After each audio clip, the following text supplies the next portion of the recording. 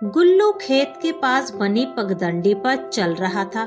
तभी सामने से उसके चाचा राम लखन आते दिखाई दिए।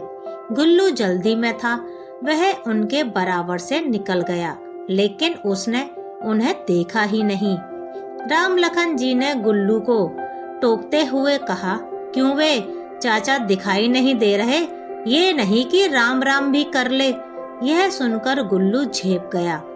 माफ करना चाचा, मैंने देखा ही नहीं, वो घर जल्दी पहुंचना था। राम राम चाचा। लेकिन तब तक राम लखन चाचा का गुस्सा 7वें आसमान पर पहुंच गया था। हाँ, भैया ने मना किया होगा। बंटवारा क्या हुआ, सबके रंग बदल गए। गुल्लू बिना कुछ बोले आगे बढ़ गया। राम लखन और तिलकराज दोनों सगे भाई थे। दोनों भाई दिन भर खेतों में मेहनत करते, अच्छी फसलें होती और घर में हमेशा अन्न के भंडार भरे रहते थे। राम लखन अपने भाई की बहुत इज्जत करता था। एक दिन उनके पिता का देहांत हो गया। धीरे धीरे तिलकराज ने खेतों पर जाना बंद कर दिया। अब सारा काम राम लखन के सिर पर आ गया था।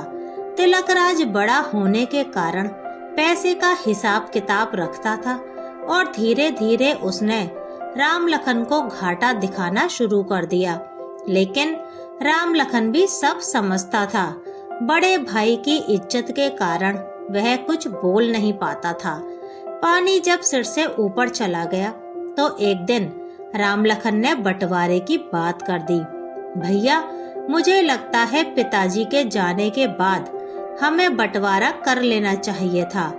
कोई बात नहीं, अभी भी कुछ नहीं बिगड़ा है, हम बंटवारा कर लेते हैं। तिलकराज कहाँ मानने वाला था। वाह, अभी पिताजी को गए 1 साल भी नहीं हुआ और इसे बंटवारा करना है। क्यों भाई, ऐसी क्या आफत आ गई?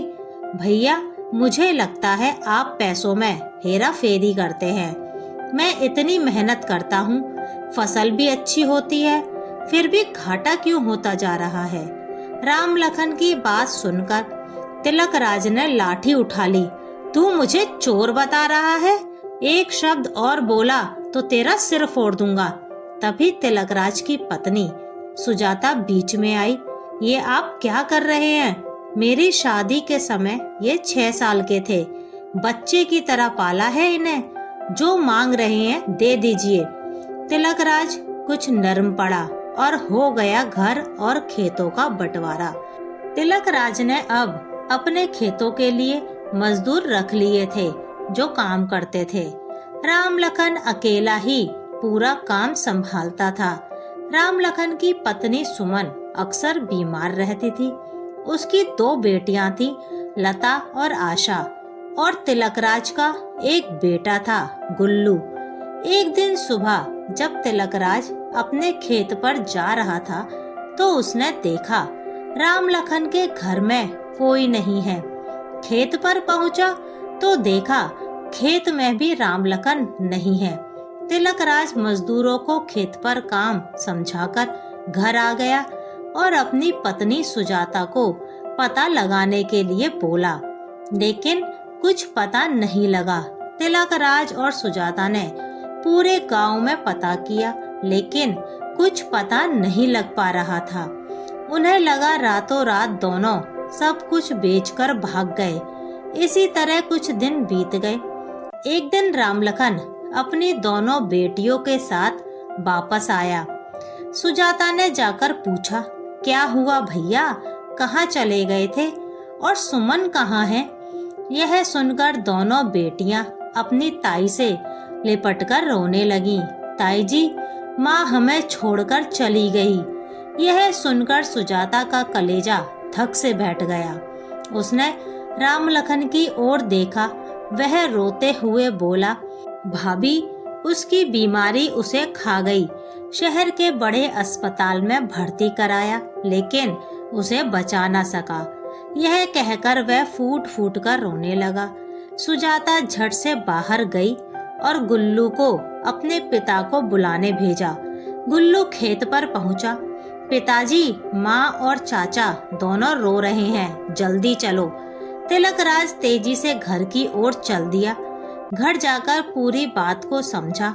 राम लखन को गले लगाया और बोले, चिंता मत कर, मैं हमेशा तेरे साथ हूँ। सुजाता ने दोनों बेटियों को संभाला। 13वीं के बाद सभी मेहमान जाने लगे तो तिलकराज ने सबको रोका और कहा, मुझे कुछ बात करनी है। मैं चाहता हूँ कि हमने जो बंटवारा किया था उसे रद्द कर दें। मैं अपने भाई को ऐसे नहीं देख सकता। राम लखन, तू सारा काम संभाल ले, सारे पैसे भी रख ले।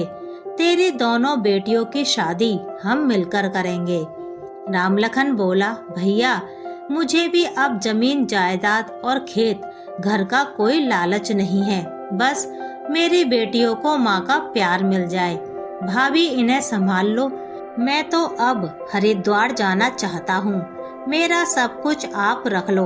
यह सुनकर तिलकराज रोने लगा। वह बोला, ऐसा कैसे हो सकता है? हरिद्वार जाने का समय तो हमारा है। तू कहीं नहीं जाएगा। आज से तेरी सारी जिम्मेदारी मेरी। यह सब देखकर सुजाता अपने आंसू पोंछते हुए बोली, देवर जी, जब मैं आपको पाल सकती हूँ तो क्या दोनों बेटियों को अनाथ छोड़ दूंगी? मेरी ममता में ना कोई कमी पहले थी ना अब होगी। और हाँ, जिस पैसे के हेर फेर का इल्जाम आपने इन पर लगाया था, वह सारा पैसा इन्होंने शहर के सरकारी बैंक में जमा करा रखा है, तुम्हारी बेटियों के नाम पर। तिलकराज ने हाँ में हाँ मिलाते हुए कहा, हाँ छोटे, मैं चाहता था कि सारा पैसा खर्च ना करके उसमें से कुछ बचा लिया जाए। बस एक गलती कर दी कि तुझे बिना बताए यह सब कर दिया मैंने। राम लखन अपने बड़े भाई के पैरों में गिर जाता है। भैया मुझे माफ कर दीजिए, मैंने आपसे कितनी लड़ाई की।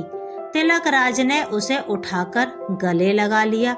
इस तरह दोनों परिवार एक हो गए।